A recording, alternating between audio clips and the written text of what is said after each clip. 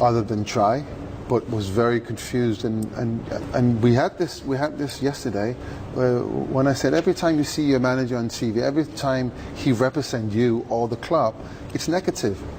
You know, it wears you out. I mean, I was very, very fortunate.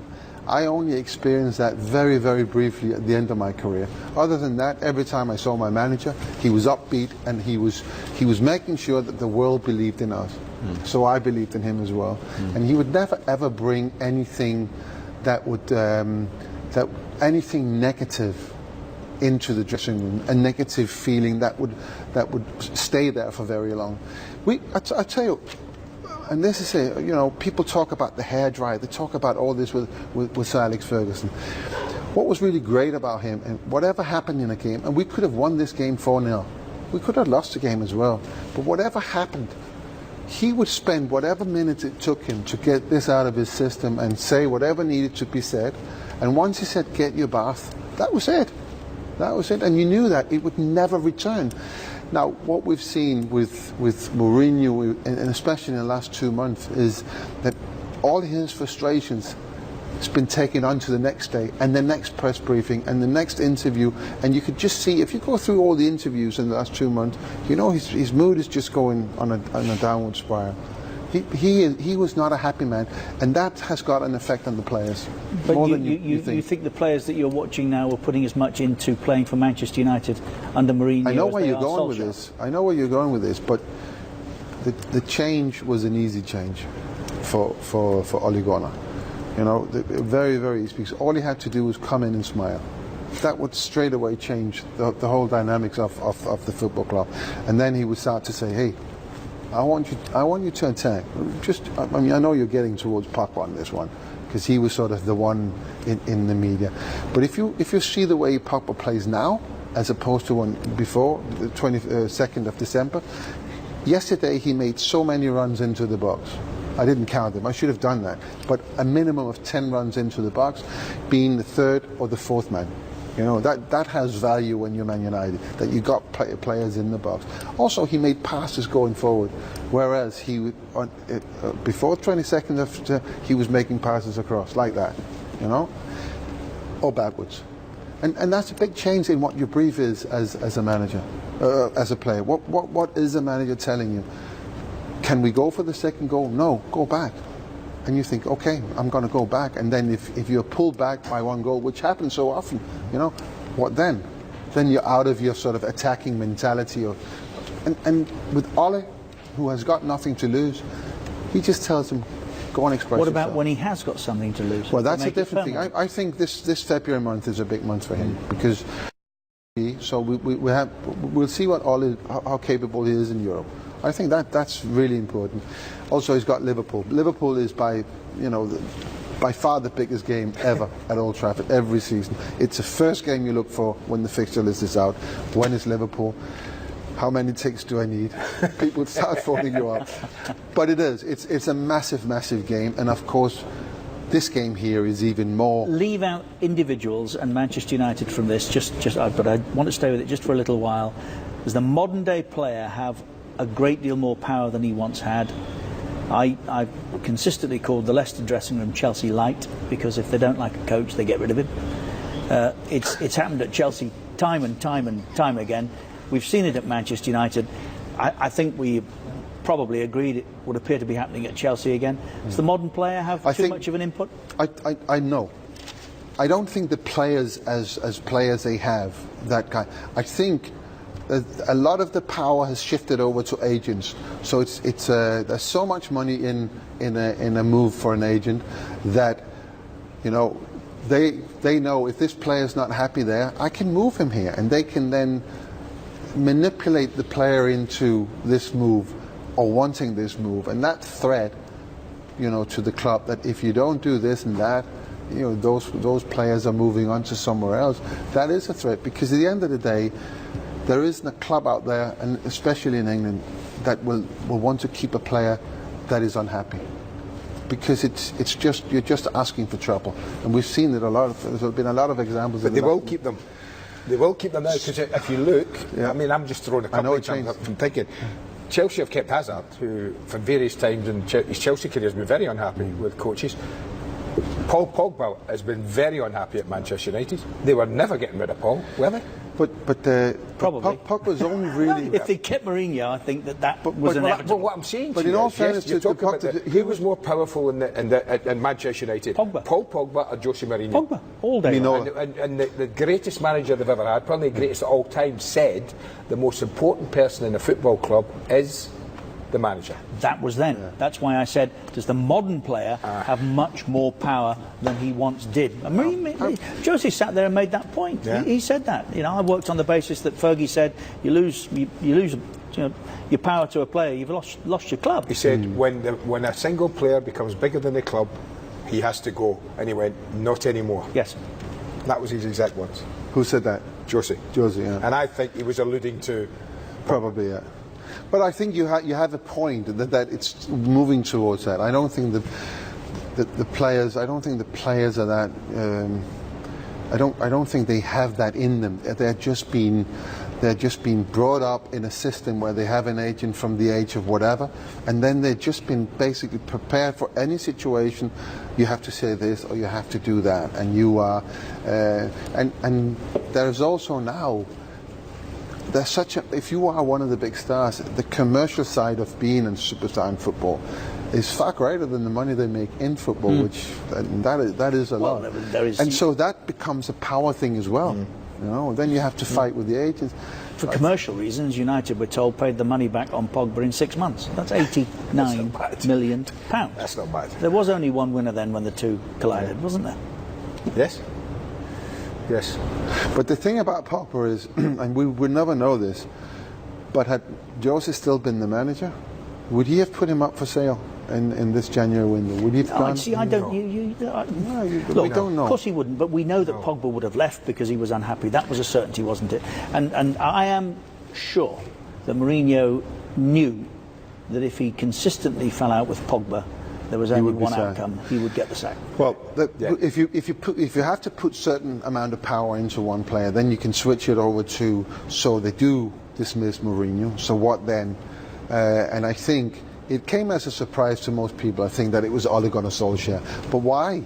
You have to look behind. Why did they pick him? Well, he worked with Pogba when he was a kid, so he had him in the academy and in the reserves.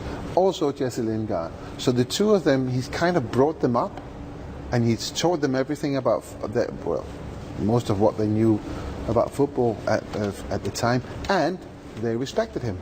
So he comes back in, and they still respect him. I think, obviously, Jesse didn't play yesterday, but I think Paul Pogba is a completely changed player. I mean, he's gone from. I mean, I saw him a lot of times from Juventus where I felt the game suited him well. It wasn't, high speed, high tempo, box to box.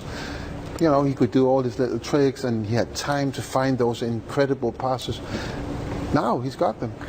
Fergie, we understand, once had dinner with Pep Guardiola in New York and tried to persuade him to take the Manchester United job. If you could turn the clock back, would he be the one appointment that you would make? He would have been a good choice. At the time, and I have to hold my hands up to this, I was quite vocal about not wanting Pep. Really? And I made a case for it. I said,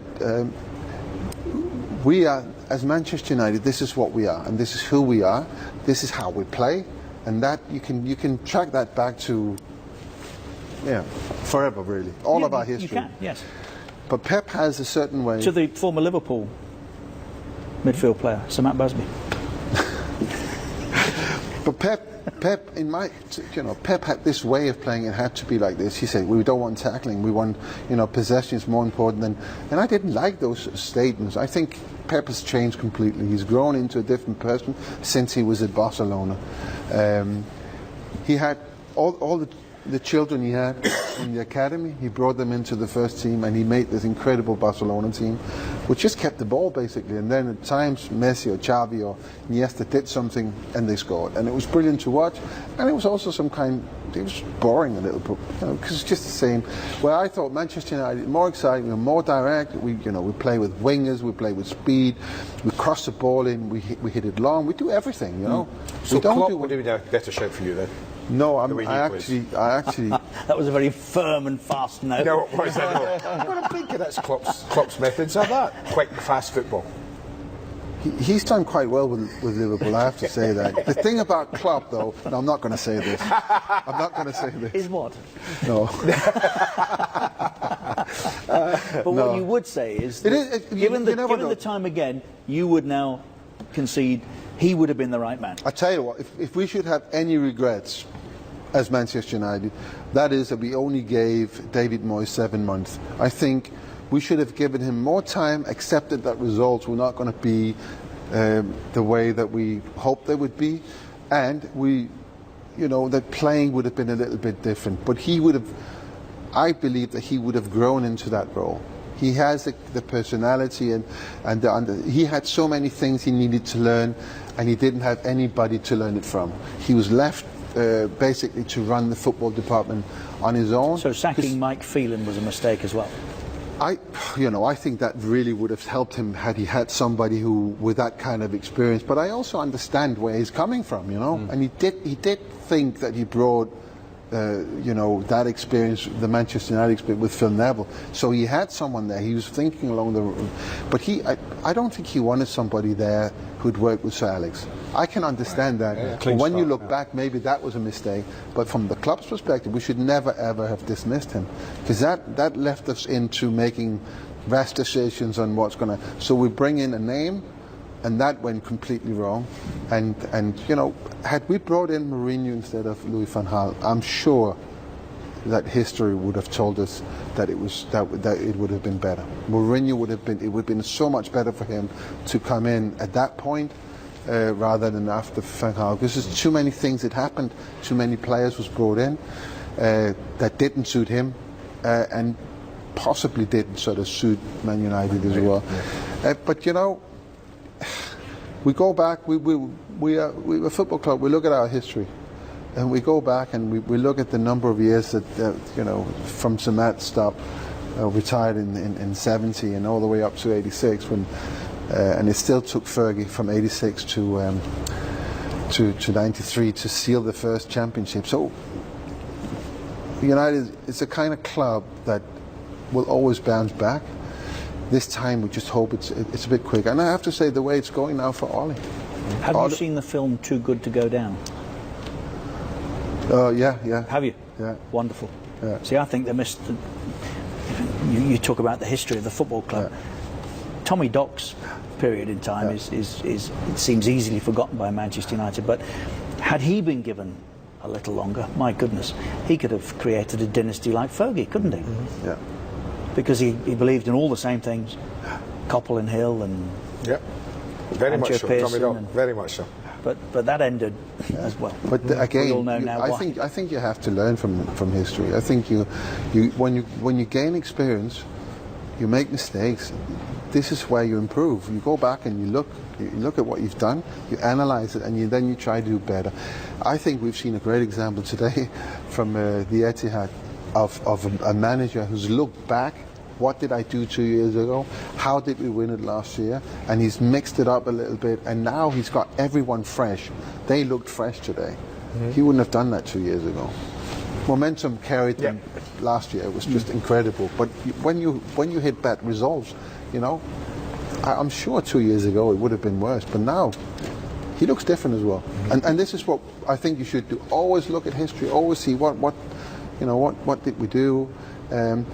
In the knowledge of who you are. I think that's really important, that you understand exactly who you are. We talked about that in the car coming in, the identity of any football team, any football club. If you don't know that, and then it's kind of no purpose to it. But I know what he's after. But you see, he does take a history. Just quickly, I know we've got to go. What you want to do, you won the treble. He wants to win all four.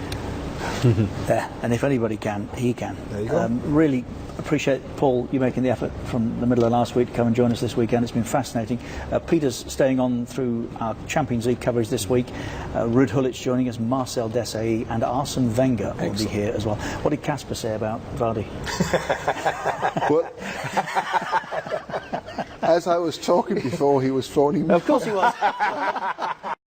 I haven't spoken to him yet. You could have taken the call. I should have. I know, that would have, yeah. I hope you've enjoyed it. We have. It's been really good fun. Who better to follow with all of the goodies that he's got? Andy Kerr. Thank you very much. We shall have more fallout from the